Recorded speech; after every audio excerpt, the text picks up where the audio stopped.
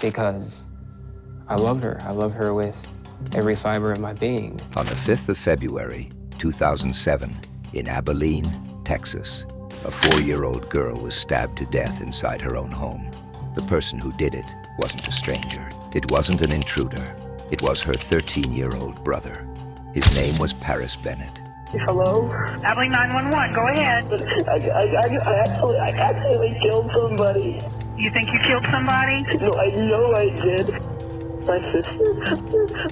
He was a child prodigy, tested at a genius-level IQ. Teachers described him as polite, quiet, and exceptionally intelligent. That night, while their mother was working a late shift, Paris waited until his sister was asleep. Then he went into the kitchen, picked up a knife, and carried out an attack investigators later determined was deliberate and planned. What makes this case disturbing isn't just the violence. It's what Paris admitted afterward. I mean, she's dead because you killed her. Yes. But you love her. Yes, I do. He said he didn't act out of rage. He did it because he wanted to destroy his mother. This is the story of Paris Bennett and how a child with extraordinary intelligence committed an act that still challenges everything we think we know about innocence. When people talk about evil, they usually imagine an adult, someone shaped by years of cruelty, violence, or hatred. Rarely does anyone picture a 13-year-old boy sitting calmly in a living room, planning the destruction of his own family. But that's exactly what makes the story of Paris Bennett so disturbing. It's a kind of case that forces you to rethink every assumption you've ever held about childhood innocence. How a family's love should protect a child. To understand how something so unimaginable could ever happen, you have to start long before that terrible night in Texas. Back then, everything looked ordinary from the outside. Paris was a gifted child, one of those kids who tested at a genius level before he even reached middle school. He read advanced science books for fun. He could memorize things almost instantly. Teachers described him as polite, quiet, and extremely bright to many adults. He probably seemed like the kind of kid who would grow up to be an engineer, or a professor, or maybe even a scientist working on some breakthrough.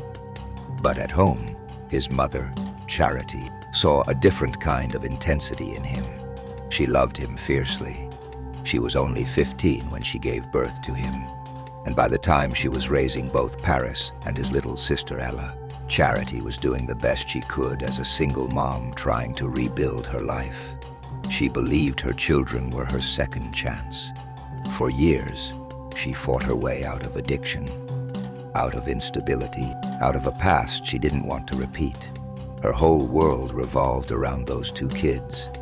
Ella was the bright spot in all of their lives. A cheerful, affectionate 4-year-old with soft curls and a cheerful personality that everyone recognized. She adored her big brother. She followed him around, tried to be like him, tried to get his attention in that sweet, persistent way little siblings do.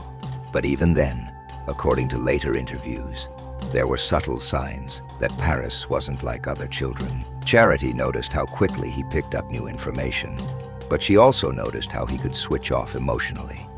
One moment he was affectionate. The next he seemed cold, almost distant. She brushed it off, thinking maybe it was just a phase, or maybe it was part of being intellectually gifted. In truth, Paris was already struggling. Doctors had diagnosed him with ADHD and some behavioral issues earlier on, but what they didn't catch or didn't want to label too young were the deeper, darker traits that would reveal themselves later. Charity, like any mother, couldn't have predicted the path he would take. And maybe that's the part that haunts her the most, that she loved him fiercely, supported him, encouraged him, and yet none of that stopped what was coming. But as Paris got older, the cracks became harder to ignore. Charity began noticing that his mood changes weren't like the usual teenage storms. They were colder, sharper. Sometimes he would shut down completely, retreating into a quiet, expressionless state that lasted hours. Other times he would display a confidence that felt almost too mature, as if he understood how to read people in a way that wasn't entirely innocent. A few therapists saw him over the years, but none of them offered answers that truly explained the uneasiness growing inside the home. Some said he was gifted. Others blamed ADHD. One even suggested that he might simply be bored or too smart for his environment, too curious for traditional rules. Charity wanted to believe them.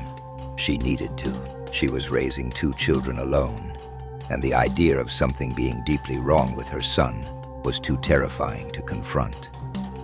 Still, certain moments stayed with her. The time Paris casually explained how he could pretend to feel certain emotions if he needed to, or when he admitted he didn't always understand why other kids cried, or the night he had a small outburst and immediately returned to calmness as if nothing had happened.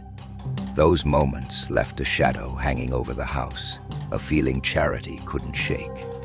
Ella, in her innocence, never sensed any of this. She loved her brother without question, following him around even when he seemed uninterested.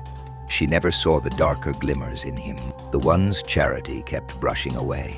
Looking back, Charity says she wishes she had listened to her instincts more closely. At that time, though, she thought love could fix anything. The night of the murder started like any other. Charity made her last phone call home to check on the children. Everything appeared normal at that time. Their house in Abilene. Texas was warm, quiet, and peaceful. Charity was working a late shift at a local restaurant. Shed called home earlier to check on the kids, and everything seemed normal. Paris, at 13, was more than capable of watching Ella for a couple of hours. Had done it before. He was responsible, mature, even helpful. Charity never imagined she had anything to worry about. But after she hung up the phone, Paris made a decision that investigators continued to analyze for years. While Ella was asleep in her bed, he waited. Then, as the house lay in silence, Paris walked into the kitchen, took out a knife, and went into Ella's room. What happened next is almost impossible to speak out loud, and yet every detail was examined in court. Paris stabbed his 4-year-old sister 17 times. Phone records showed that Charity's final call home occurred around 10 p.m. Computer forensic analysis later confirmed activity on the home computer at approximately 10:48 p.m., and investigators estimated that the attack occurred sometime between 11 p.m. and 12:30 a.m. And afterwards, instead of panicking or running, he calmly called 911. The dispatcher heard the voice of a boy who didn't sound frantic or confused. He sounded almost steady. When the operators asked what had happened, he said his sister had been attacked and he needed help. He pretended he had tried to save her. Even as first responders arrived, he remained composed. Officers later testified that they had never seen a child so calm at a crime scene. But while the outward performance seemed collected, the truth was already beginning to surface. At the hospital, after Ella was pronounced dead, Paris made a series of statements that shocked even seasoned investigators. In later psychiatric interviews, he admitted that he knew exactly what he was doing. One of the first formal psychological evaluations took place in March 2007, just weeks after the murder, where specialists noted his unusually calm demeanor and high cognitive functioning. He admitted he did it because he wanted to hurt his mother, not because of any impulse or sudden anger. It was a plan he had chosen with clarity. The reason? Paris believed his mother had betrayed him years earlier, when she briefly relapsed into drug use. He viewed her recovery, her new life, and especially her love for Ella as proof that she had abandoned him emotionally. In his mind, the only way to destroy her happiness was to take away the person she loved most. It wasn't an accident. It wasn't a moment of madness. It was targeted. He chose Ella because he knew it would hurt his mother the most. Psychologists have described Paris as likely exhibiting psychopathic traits even at a young age. But because he was a minor, the court system treated him differently from an adult offender. He was ultimately sentenced to 40 years in prison, the maximum allowed for a juvenile in Texas at that time. In prison, Paris adjusted quickly. Guards noticed how articulate he was, how well he communicated, how easily he adapted to life behind bars. But intelligence and charm are not signs of rehabilitation, and many professionals believed that beneath his calm exterior, the same darkness still lingered. For Charity, the horror did not end with her daughter's death. She now had to process the reality that her son, the child she had hoped would grow into a brilliant, kind adult, was the one who murdered Ella. In interviews, she later described the heartbreak of trying to reconcile the Paris she raised with the Paris who committed an act she still cannot fully comprehend. Over time, she tried to rebuild her life. She visited Paris in prison. She wrote letters. She sought therapy. But as the years passed, she began to question whether he felt any true remorse. She says, Paris has tried to manipulate her in the years since displaying affection, sometimes using cruel, calculated tactics to reopen her wounds. One of the most haunting things he ever told her, according to Charity, was during a prison visit. He suggested that if he ever got out, she shouldn't assume he wouldn't kill again. Charity eventually cut off contact with him for several years.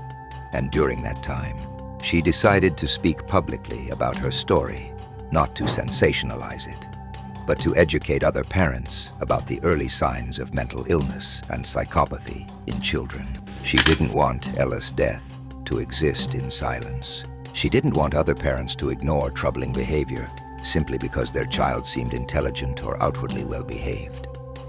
In later years, when she cautiously resumed some limited communication with Paris, she said it was only because she was still his mother. That bond doesn't disappear, no matter how broken it becomes. But she has also admitted, openly and painfully, that she doesn't believe Paris will ever be safe outside prison walls. Meanwhile, Paris has grown from a child into an adult behind bars. He continues to score extremely high on IQ tests. He reads constantly. Some prison staff describe him as articulate and polite. But mental health professionals note that intelligence and charm do not negate psychopathy. In fact, they often amplify it. The hardest part of the story, perhaps, is the unanswered question that hangs over everything. Was this evil something Paris was born with, or something that formed inside him because of circumstances? In Paris' case, even with all the psychological evaluations done over the years, no one has a complete answer. What is certain is that this wasn't a momentary lapse or an accident. It was intentional, it was calculated, and it shattered a family forever. Charity continues to speak about the warning signs she missed, not because she blames herself, but because she wants other parents to trust their instincts when something feels off. She also works with organizations that support families affected by violent crime. She says, Ella's memory guides everything she does now. And as for Paris, his earliest possible release date is still years away, probably in 2027. If he ever does walk out of prison, the world will face a man who has spent most of his life behind bars. Someone who committed an unimaginable act before he even reached his teenage years. Whether he has changed, whether he can change, and whether society could ever trust him again. Those are questions no one can answer. The case forces people to confront something deeply uncomfortable, that dangerous behavior doesn't always look the way people expect. Sometimes, it looks like a child with wide eyes and a quiet voice. Sometimes, it grows in the very place that should feel the safest inside a family. And that is what makes the story of Paris Bennett one of the most haunting and unforgettable cases in modern true crime history. It is not simply a story about a murder. It's a story about betrayal, psychology, trauma, and the terrifying reality that some minds develop in ways we still struggle to understand. Even today, criminologists, psychologists, and parents struggle to wrap their minds around this case. It forces uncomfortable conversations about just how early violent tendencies can appear, whether a child can truly understand the weight of choices that destroy entire families. Ella's story, short as it was, changed the lives of more people than she could ever know. And Charity's courage in speaking about what happened continues to guide other parents who fear something is wrong with their own children, but don't know how to talk about it.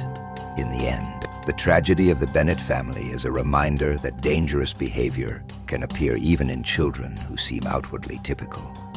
Sometimes it grows quietly, sometimes it hides behind giftedness, charm, or a sweet smile, and sometimes it takes years before the truth finally reveals itself.